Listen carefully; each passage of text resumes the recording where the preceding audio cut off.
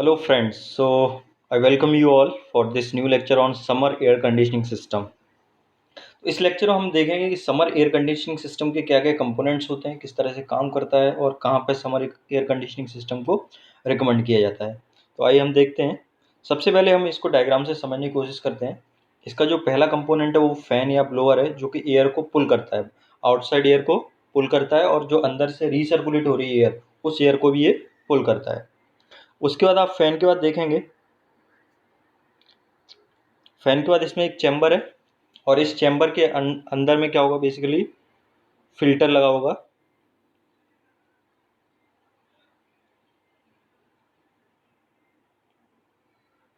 तो आप यहाँ से देख पा रहे हैं, ये चैम्बर है पूरा, और इस चैम्बर में अंदर में क्या, यहाँ पे बाहर से ये डैम्पर लगा हुआ है। डैम्पर बेसिकली क्या करता है, डैम्पर में आप देखोगे उस आउटसाइड एयर आ रही है, ठीक है।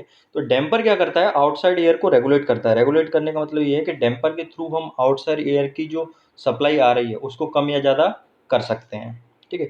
तो डैम्पर है। तो डैम्पर के बाद उसके बाद जो एयर आ रही है, that air will inter into the filter, ठीक है। तो एयर कहाँ पे एंटर करेगी, फिल्टर में एंटर करेगी। और फिल्टर का बेसिकली काम जो होता है वो डस्ट है, डर्ट है, या जो इम्प्यूरिटीज़ हैं एयर में, उनको फिल्टर आउट करना। उन इम्प्यूरिटीज़ को फिल्टर क्या करेगा, वहीं पे होल्ड कर लेगा, उनको आगे नहीं जाने देगा। फिल्टर के बाद इसका जो अगला कंपोनेंट है, वो कंपोनेंट है कूलिंग कॉयल, जिसको हम एवापोरेटर भी बोलते हैं। तो कूलिंग कॉयल है। तो सबसे पहले एयर ने डैम्पर से एयर कंडीशनिंग सिस्टम उसमें अंदर एंटर किया। अंदर एंटर करने के बाद फिल्टर में आया, और फिल्टर से कहाँ गया, ये कूलिंग कॉयल हो गया। कूलिंग कॉयल के बाद यार आप देखोगे तो ये एयर जो है कूल हुआ। कूल होने के बाद फिर हमने इसको हीटिंग कॉयल, और देखिए सबसे बड़ी बात यह है कि हम इस सिस्टम को डिज़ाइन कर रहे हैं hot and humid conditions, climate condition के लिए।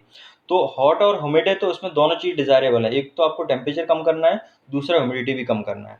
तो टेम्परेचर कम करने के लिए आपने कूलिंग कॉयल लगा दी है, तो कूलिंग कॉयल से आपका टेम्परेचर कम हो जाएगा। और कूलिंग कॉयल से हम इतना कम टेम्परेचर करते हैं जिससे उसमें जो ह्यूमिडिटी है, जो वाटर के वेपर्स हैं, वो क्या हो जाएं, कंडेंस हो जाएं। तो आप देखोगे कि यहाँ पे जो कूलिंग कॉइल्स है, इससे जब वाटर पास होगा तो उसका टेम्परेचर भी रिड्यूस होगा और उसकी ह्यूमिडिटी भी रिड्यूस होगी। ह्यूमिडिटी कैसे रिड्यूस होगी, जो वाटर के वेपर्स होंगे वो क्या होंगे, कंडेंस हो जाएंगे। कंडेंस होने के बाद वो वाटर वेपर यहाँ जो सम्प बना हुआ है, इस सम्प में क्या हो जाएंगे, कलेक्ट हो जाएंगे। उसके बाद जो ठंडी हवा है, कोल्ड एयर है, और जिसकी ह्यूमिडिटी कम हो गई, उसको हम पास करते हैं हीटिंग कॉयल से। देखिए हीटिंग कॉयल से पास करने का लॉजिक ये है, क्योंकि सबसे पहले ह्यूमिडिटी को कम करने के लिए आपने क्या किया, उसका टेम्परेचर इस एक्सटेंट तक कम किया कि वो कंडेंस हो जाए। तो कंडेंस होने के लिए जो टेम्परेचर को आपने रिड्यूस किया है, वो टेम्परेचर क्या बहुत ज़्यादा रिड्यूस हो गया। और ह्यूमन कंफर्ट के हिसाब से कितना टेम्परेचर चाहिए होता है, 22 to 24 डिग्री सेल्सियस चाहिए होता है। तो आपने यहाँ कूलिंग कॉयल से जो बाहर एयर आएगी, तो उसका टेम्परेचर काफ़ी कम हो गया। तो कम हो गया तो वो डिज़ायरेबल नहीं है, किसके लिए, ह्यूमन कंफर्ट के लिए। तो हमने क्या किया, उसमें एक हीटिंग कॉयल लगा दी। तो हीटिंग कॉयल बेसिकली क्या करेगा, उसके टेम्परेचर को दोबारा से थोड़ा बढ़ा देगा, as per the requirement, as per the demand, और as per the human comfort. जो कंफर्ट के हिसाब से चाहिए उतना टेम्परेचर ये दे देगा। दूसरा क्या होता है कि जब आप इसकी कूलिंग कर रहे हैं, तो इसमें क्या होगा, एक रिलेटिव ह्यूमिडिटी होता है। यदि आप साइकोमेट्री पढ़ेंगे तो उसमें रिलेटिव ह्यूमिडिटी बताते हैं, मैं भी इसको कवर करूंगा। तो रिलेटिव ह्यूमिडिटी, जब आप इसकी कूलिंग करेंगे तो रिलेटिव ह्यूमिडिटी बहुत ज़्यादा बढ़ जाएगी। रिलेटिव ह्यूमिडिटी बढ़ेगी, तो रिलेटिव ह्यूमिडिटी जनरली ये रिकमेंड किया जाता है कि 40 to 60% होना चाहिए ह्यूमन कंफर्ट के लिए। तो रिलेटिव ह्यूमिडिटी को कम करने के लिए भी आपने क्या किया है, उसको हीटिंग कर दिया है ना। इसमें तो हीटिंग कॉइल लगाने के दो पर्पज है, एक तो रिक्वायर्ड टेम्परेचर वो मेंटेन करना, उतना टेम्परेचर ऑब्टेन करना, दूसरा ह्यूमिडिटी को, रिलेटिव ह्यूमिडिटी को कंट्रोल करना। तो उसके बाद आप देखेंगे ये कंपोनेंट्स हो गए। इसके बाद फैन लगा हुआ है, और फैन से जो एयर है, उसके बाद फैन से एयर वो कहाँ जाएगी, कंडीशनड स्पेस में आएगी, जहाँ पे आपको कूलिंग करना है, जहाँ पे एयर की कंडीशनिंग करनी है, कंडीशनड स्पेस में जाएगा। अब कंडीशनड स्पेस में क्या करते हैं, जो ठंडा एयर कंडीशनड स्पेस पहुँच गया, उसका एक पार्ट तो हम वेंटिलेट कर देते हैं। वेंटिलेट का मतलब ये है कि उसका एक पार्ट हम बाहर रिजेक्ट कर देते हैं, है ना। बाहर रिजेक्ट करेंगे, और बाकी जो एक पार्ट बाहर रिजेक्ट करने का मतलब ये है कि कुछ फ्रेश एयर हम अंदर एंटर करने देते हैं, जिससे रूम में जो फ्रेश एयर है उसकी कमी ना हो। अब उसके बाद जो कंडीशनड स्पेस है, कंडीशनड स्पेस से हमने जो एयर है उसका कुछ परसेंट बाहर रिजेक्ट कर दिया, 20% अराउंड हमने बाहर रिजेक्ट कर दिया, मैं ऑन एवरेज बता रहा हूँ।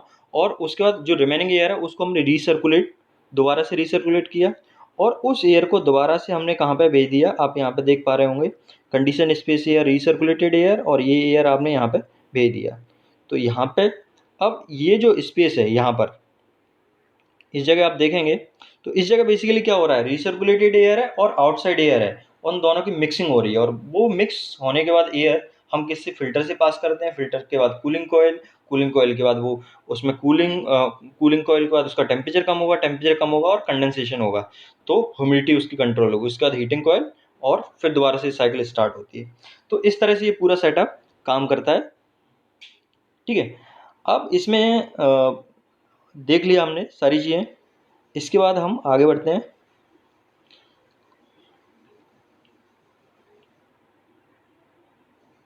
देखिए वेंटिलेशन क्यों ज़रूरी है, वेंटिलेशन इसलिए ज़रूरी है क्योंकि जैसे मान लो कोई कंडीशनड स्पेस है और हम फ्रेश एयर को यूज़ नहीं कर रहे हैं, तो फ्रेश एयर यूज़ नहीं करेंगे तो क्या होगा, जो ऑक्यूपेंट्स हैं वो कार्बन डाइऑक्साइड रिलीज कर रहे हैं, और कार्बन डाइऑक्साइड रिलीज करेंगे तो धीरे धीरे कार्बन डाइऑक्साइड का कंसंट्रेशन एयर में बढ़ जाएगा, और जब कार्बन डाइऑक्साइड का कंसंट्रेशन एयर में बढ़ता है तो आप आदमी का दिमाग हैवी या वो डिजायरेबल नहीं रहता, ह्यूमन कंफर्ट के हिसाब से डिजायरेबल नहीं रहता है, इसलिए ज़रूरी है।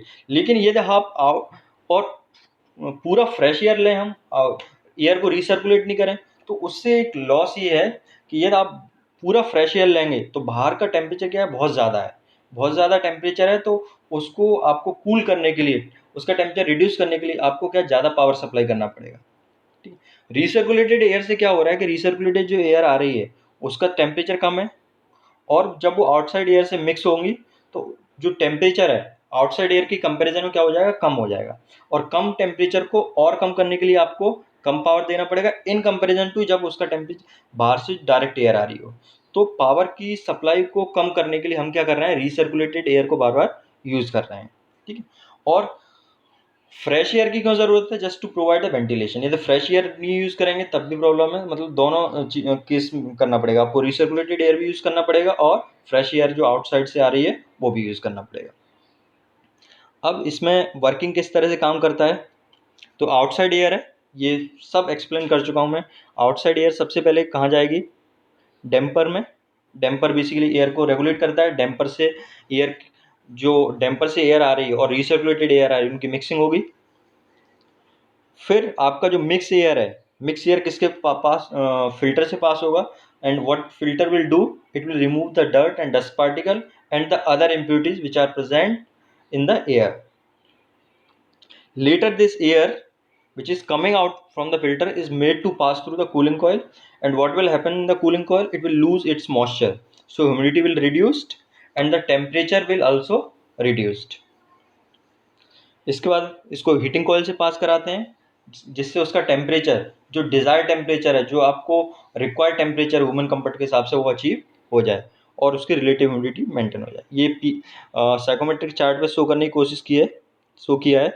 तो आप देखो कि 1 से 2 में प्रोसेस हो रहा है, वो बेसिकली कूलिंग कॉइल में हो रहा है। कूलिंग कॉइल में जब एंटर किया तो उसका टेम्परेचर कम हुआ, है ना, और टेम्परेचर कम होने के साथ उसकी ह्यूमिडिटी भी कम हो गई। ठीक है, तो लेकिन टेम्परेचर बहुत ज़्यादा कम हो गया, तो अब आप क्या करोगे, उस टेम्परेचर को बढ़ाने के लिए फिर हीटिंग करेंगे। तो 1 से 2 कूलिंग शो कर रहा है और 2 से 3 जो प्रोसेस है वो क्या शो कर रहा है, हीटिंग शो कर रहा है। तो this is it, thank you for watching.